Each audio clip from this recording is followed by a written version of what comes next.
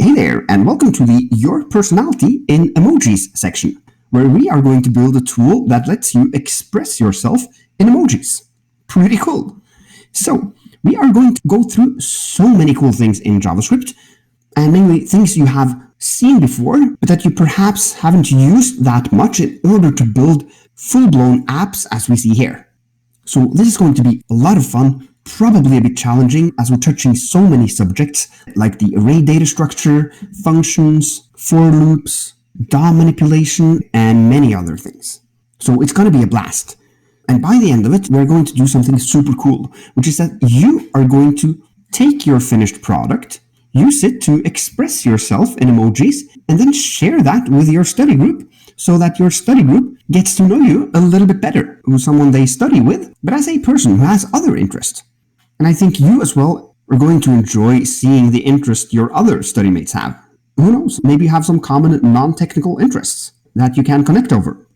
So now that you know what you're going to do, I don't want to have you looking at this code anymore, because that's the code you are going to write, as indeed you are going to write this entire app for yourself.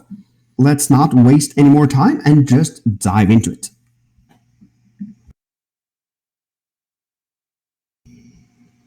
Okay, so in this first challenge, you're going to practice your looping skills. Because what I want you to do is loop through this My Emojis array. And it currently contains 3 emojis which describe me as a person. Because I like to work at my computer, ski, and eat ramen soup. So later on, you're going to personalize this to describe you instead of me. But as for now, this is what you're going to work with. So you are going to loop through this and log out each of the emojis to the console. So go ahead and do that right now and return back to the screencast when you want to see my solution. Okay, hopefully that went well. Now let's go ahead and solve this. Loop for, and we want our I variable to start at 0 and then work its way up throughout the entire array. So it has to be less than the length of the array. My emojis.length. Then we want our counter to increment and not decrement, so we'll do ++. Let's now just log out the value of I to see that our loop works. And as you can see in the console, it does indeed work. And the way to log out each of these, if you remember how indexes work, and how to grab a hold of various items in an array based upon their index, it's simply to do my emojis and then add a square bracket with the index inside of it. Now let's run this, and there we go. We're logging out the 3 emojis. So great job. I will see you in the next challenge.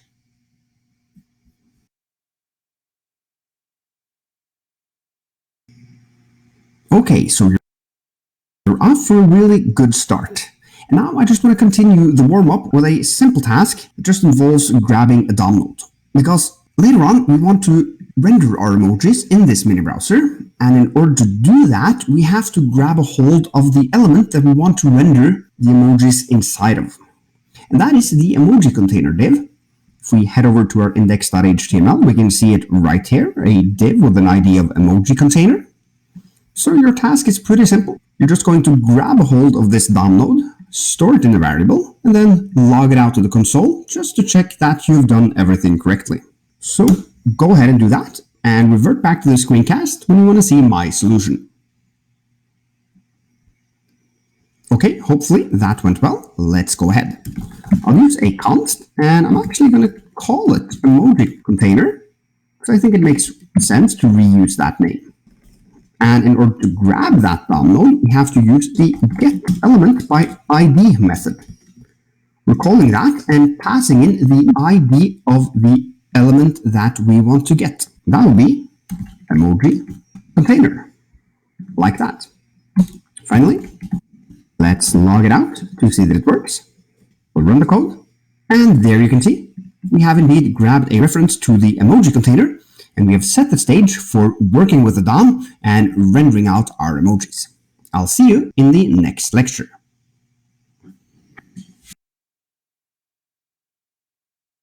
Okay, now you're going to render the emojis as spam tags inside of the emoji container.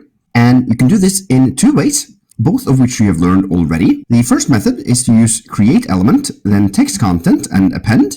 And the other is to use inner HTML and a template string. And I'm going to use the first method here because you've been exposed less to that so far in this module.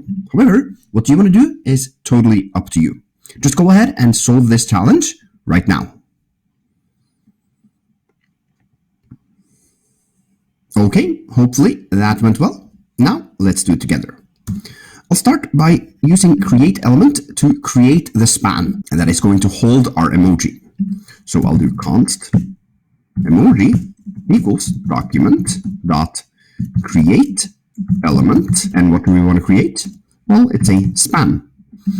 So now we have a span in our JavaScript, but it's still not rendered on the page. So it's basically useless. It's just here for us to do whatever we want with it. So now we are going to set its text content, emoji.textContent equals, and that will be the given emoji that we can access via using our array and our iterator. So doing my emojis, passing in the I. Okay, finally, we are going to grab the emoji container and append this span to it. So if we run this code, you can see we are rendering out our emojis. Great job.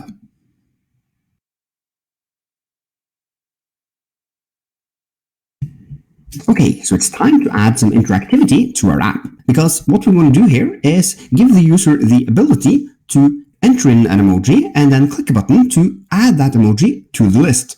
And in order to do that, we need to start in our HTML file, as we need a couple of new HTML elements. So as I said, we need an input field. So we'll do that. Input type equals text, because that's what we expect. And we'll give this one an ID of emoji input, like that. Also give it a placeholder to guide the user towards what we want them to do. And we'll write type an emoji and just add an example emoji as well. So let's run this, and there you can see we have the input field. And this has been styled with CSS already, but CSS is not the theme of this tutorial, so I'm not going to go into that. There are plenty of other CSS tutorials in this career path to teach you exactly that. But for now, let's focus on the JavaScript. As for the button, I'm actually going to wrap this in a wrapper, which I'll call a class of buttons wrapper, because I'm later going to group buttons together and thus need a wrapper for the button groups. So while I'm just adding one button here right now, I know I'm going to add multiple buttons in here later on. So this button will be the one that pushes the current emoji inside of the input into the emoji array. So we'll give it an ID of push-btn, like that. And we'll add the text, add to end. Run the code, and there you can see we have our button. So far, so good. Now it's your turn, because we need some JavaScript to make this work. First, you're going to hook up an event listener with the button, and then I want you to log out the input field's value when the button is clicked. So two things you got to do there. So just go ahead and do that right now, and revert back to this screencast when you want to see my solution. Okay, let's first see that we are able to grab the button. I'll do const, because I'll store this button in a const. We're not going to change this variable, so that's perfectly fine. I'll do push btn, that's a reasonable name for that button. And document.getElement by ID, passing in the ID of the button, which is push btn, like that. As always, we like to log out my variables frequently, so let's do that. Yes, we have the button. Good stuff. Now we can do push button dot add event listener. We're going to listen for a click and fire off a function when that happens. And as always, we're logging out message just to check that this function indeed fires off when we click this button right here. I'll click the button. Yes, it works. So now inside of this function, we have to grab hold of the input field and fetch the value from it. And the way to do that is first to grab a hold of the element itself using the good old document.getElement by ID, passing in the given ID.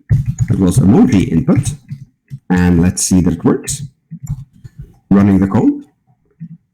Yes, it works. Very good. Now, the way to fetch out the value that someone types into this input field is simply by doing emoji input dot value.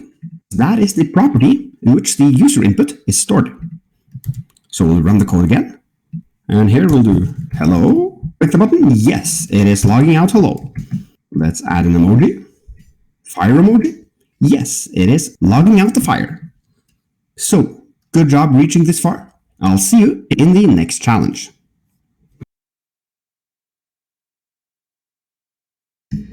So now we have a hint of interactivity. At least the user can type something in and can click on this button, though nothing happens except for the console log. So now we gotta set the stage for the next parts of this app.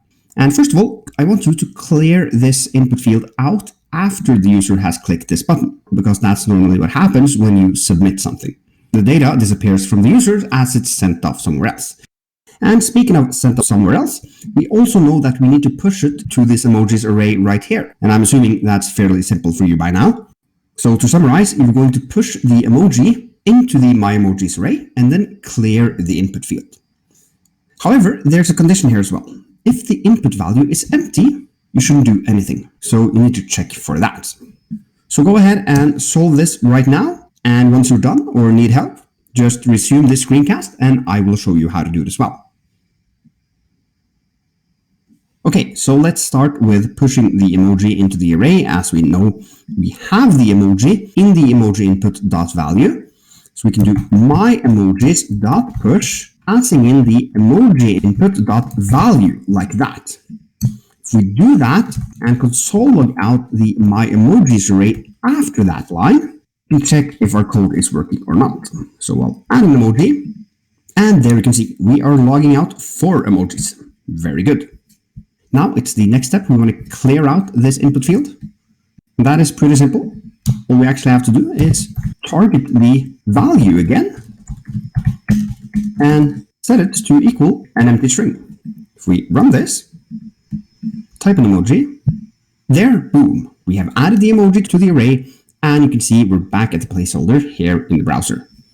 Very good. Then there's a final step. We're only going to execute these lines if this emoji input dot value contains something. And we know that an empty string evaluates to false, whereas a non-empty string evaluates to true. So we can simply do if emoji input dot value. That is either a truthy or falsy value based upon whether or not the user has entered anything into this input field. So we'll try it again, run the code. Trying to hit the button without any content in the input field. Nothing happens. So far, so good. Again, adding an emoji. And boom, we are logging it out, clearing the input field, and adding an emoji to the array. Good job. I'll see you in the next challenge.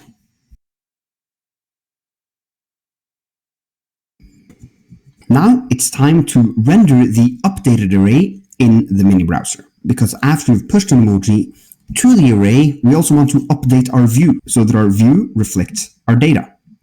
Now, there are many ways to do this. I'm just going to give you a hint of how I'm going to do it. And that is to wrap the code for rendering the emojis in a function so that we can trigger this function whenever we want, for example, after we've updated our array.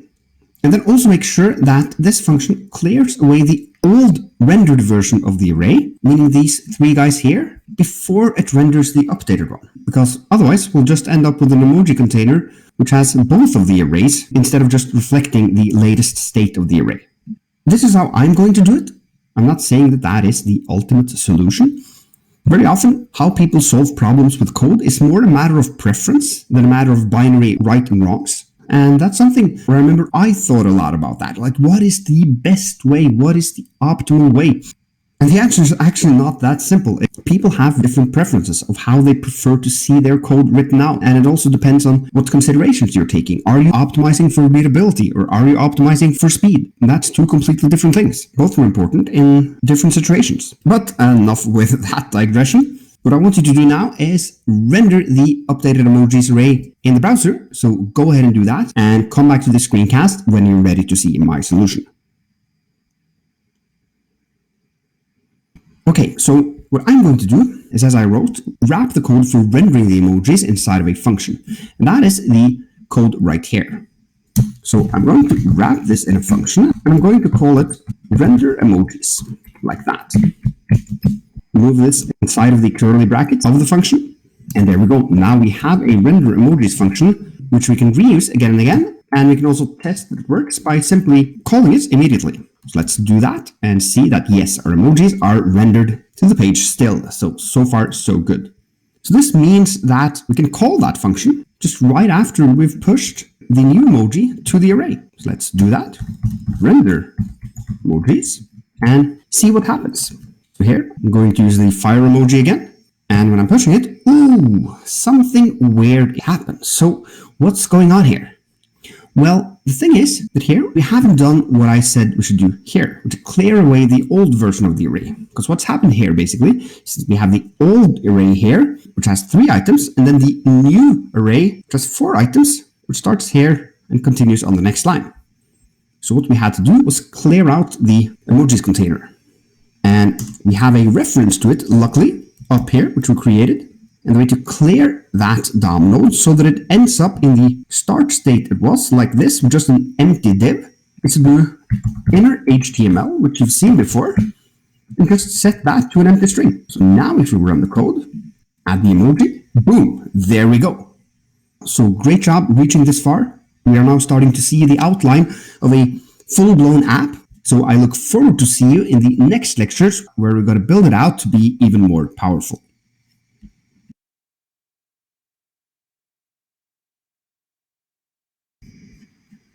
Okay, so now we're going to create a add to beginning button, which does the exact same thing as the push button, but adds the emoji to the beginning of the array so that it appears first. So in order to do that, we first need another button with an ID of unshift btn, as in the unshift method on arrays, which you have learned about earlier. And we'll just write add to beginning, and then we'll run the code, and boom, there we have another button. So now your job is to make the unshift button work just as the push button. However, it should of course unshift instead of push. So add the new emoji to the beginning of the array as opposed to the end of it. So go ahead and do that. And when you're done, I will show you the solution as well. Okay, let's hammer this one out. I'll do const unshift btn using the document.getElementById and passing in unshift.btn. As you know, I always test my code frequently. So let's just see that we have grabbed a hold of the reference of the button. Yes, we have. Good stuff. That means we can use it to add an event listener for the click event. Write the callback function that'll be triggered when the click event is triggered. Then log click. I'll run the code, hit add to beginning, and yes, it is firing. So here, we actually just need to do the exact same thing as we're doing up here, but instead of pushing, we're going to unshift. So I hope you wrote this out, but I'm too lazy to do that. So I'm just actually going to copy this one and do unshift, like that. Let's run this, add an emoji. We'll choose a different one this time, and add the beginning. And there you go. We have our emojis rendered on the page, meaning this code here did exactly as we expected. However, now looking at this code, I want to give you a little extra challenge. Is there any way we can make this code a little bit more dry, meaning don't repeat yourself?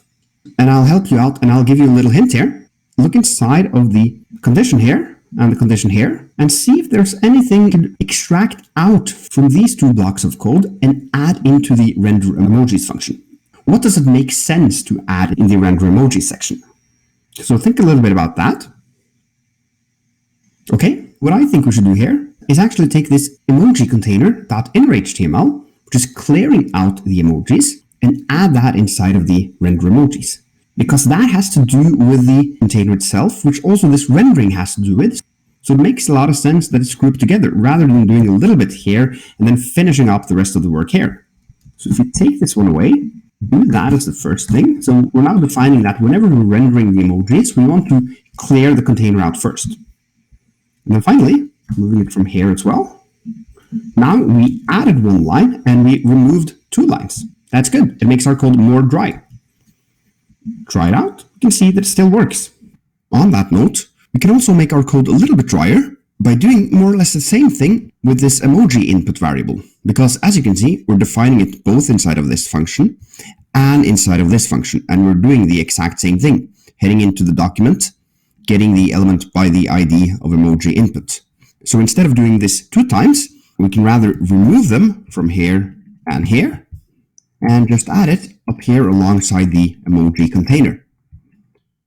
Like that. This still works, and we have yet again reduced 2 code lines into 1. The final thing I then want to do to clean up this code is grab a hold of this push button here and actually put it up here with our variable declarations, and then do the same thing with the unshift btn. Because this kind of separates the concerns. One section for defining variables, and another for the actual features of the app. So with that, let's move on. Okay, now your challenge is to make the pop and shift buttons work as well. Those are the buttons that remove emojis from the end and the beginning of the container. So I'm going to add the HTML for you. We'll just copy this buttons wrapper and do pop btn and shift btn. And then write remove from end and remove from beginning. Running this code, you can see that yes, these buttons are already styled from the CSS by the CSS I've added beforehand. That's good. Moving back to the JavaScript file, your job is to make these functional so that when I click the remove from end, this ramen would have been removed, and remove from beginning, this computer man would have been removed. So go ahead and do this right now. Okay, hopefully that went well. Now let's do this. I'm going to start with the remove from end, that is the pop button. And the first thing I need to do is to grab a hold of it from the DOM. So I can see it has the ID of pop-btn. So I'm going to place it here alongside my other variables. Const pop-btn equals document.get element by ID, passing in the pop-btn. Okay, now I can use this and down here do pop-btn, add event listener, listening for clicks, calling this function when the button is clicked. And here I'm not going to check if the input value, the emoji input.value, is truthy or falsy, because that doesn't matter. We're not going to grab anything from the input. We're just going to remove from our array. So we'll simply jump straight to myemojis.pop. And then, of course, we have to render the emojis because we have changed our underlying array. We need to reflect that in the user interface. Render emojis like that. Let's try this. We'll run the code. Try to remove the ramen soup. Yes, it works. Awesome. Now we need to do the same thing with the shift btn. I'll copy this ID. Head up here. Const shift btn. Get element by ID. Passing it in like that. Okay, and here I am lazy, so I'll just copy this and do shift btn and change the pop into shift, like that. Running the code. Now I'm going to try to remove the computer man. And yes, it works. Awesome. So our app is now functional. So be proud of yourself. And then I will see you in the next cast.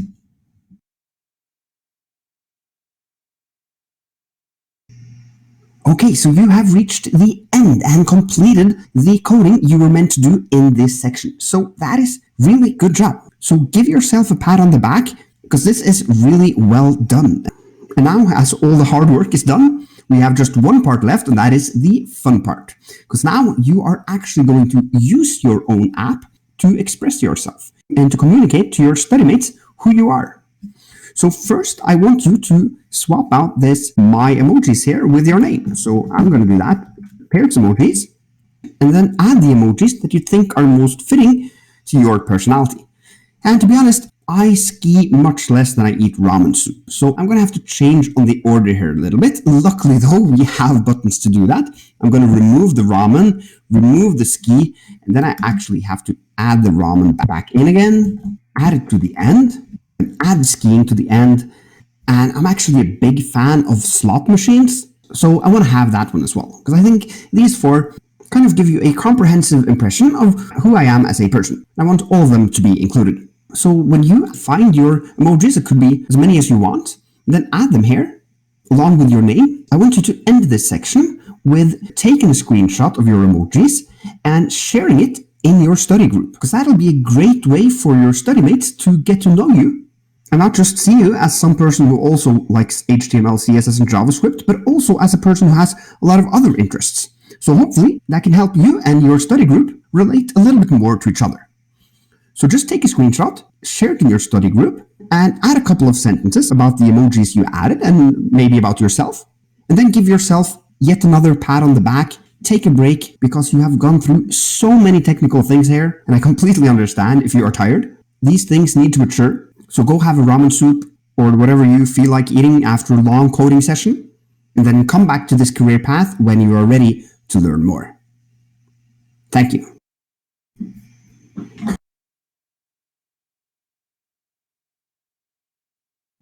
So, at this point, I have only one thing to say, and that is you are awesome. You have reached the final scrim in Module 3 of the Front-End Developer Career Path, and you should be so proud of yourself, because a lot of people give up before they reach this point. And what you've learned in this module won't only help you as a web developer, it'll help you no matter which programming language you want to tackle in the future. Because you've really nailed the basics of not only JavaScript, but even in computer science. Because loops, variables, data types, functions are all critical parts of any programming language, and they are really, really hard to learn the first time around, but you have gone through it. So the fact that you have reached this far makes me very optimistic about your future as a software engineer. Now, there's one thing I want you to do, and that is to take your project, the My Emojis app, and share it in the Module 3 channel for the career path over on our Discord server. So you can just click this image and you'll be taken to our Discord server, because that'll give people an opportunity to get to know you through your emojis and also see your creation. And speaking of creation,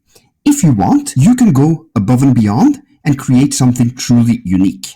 Because this is the fun part of programming, namely to personalize applications and create something that is truly unique just for you. And there are essentially 3 ways you can go above and beyond, and those are: first, you can add more features. As an example, you can take your local storage skills and have these emojis saved in local storage so that you don't only start with the same 3 emojis that are hard-coded every time you refresh, but actually remember what you did in previous sessions. Also, you can even have a few buttons down here at the bottom, which actually save your emojis under certain keywords. Perhaps you have weekend emojis and animal emojis and party emojis, so that you get a bunch of emoji groups that are saved in local storage under various keys. That would be a super cool feature to build. Alternatively, you could, for example, do weighted emojis so that you type in a number as well, dictating how large you want that emoji to be on the screen, because it's more or less important to you than the others. I mean, it's only the imagination that sets the limits here, but it would be super cool to see you create a new feature for this app when you share it on Discord.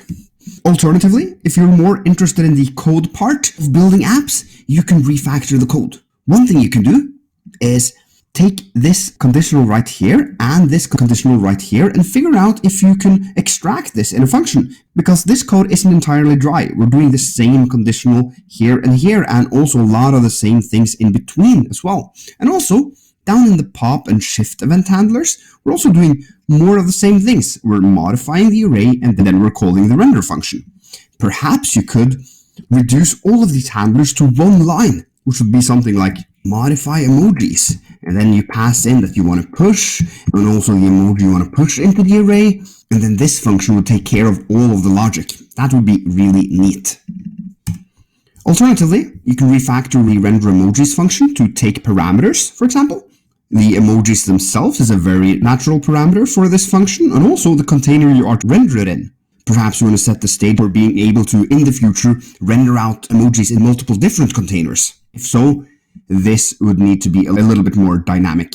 Finally, if you're more of the visual type, you can change the design of this app. And some of the people in the community have done amazing things with the design. Just have a look at this one. Very creatively done with plus and minus buttons instead of text on the left-hand side and right-hand side of the input field. So the design kind of signalizes if you're working with the beginning or the end of the array. I think that's super clever, and also a very neat input field. Alternatively, this one right here, which has really cool buttons that actually animate when you click them. Or Ben's version, which is pretty simple. He's actually removed a couple of buttons, changed on the colors a little bit, and added this elegant background here, which is a little bit darker than the rest of the app. Anyway, whatever you do, if you go above and beyond on any of the 3 bullet points I just shared, or if you just want to stick with what you have right now, be sure to share it in the Module 3 channel. And if you're a little bit scared of that, if you think it's uncomfortable to do exactly that, then you should definitely do it, because you need to get out of your comfort zone when it comes to sharing code and projects, because out in the real world, you're going to have to do that every single day. So once again, I just want to say you are awesome. Be super proud of yourself, and I'll see you in Module 4.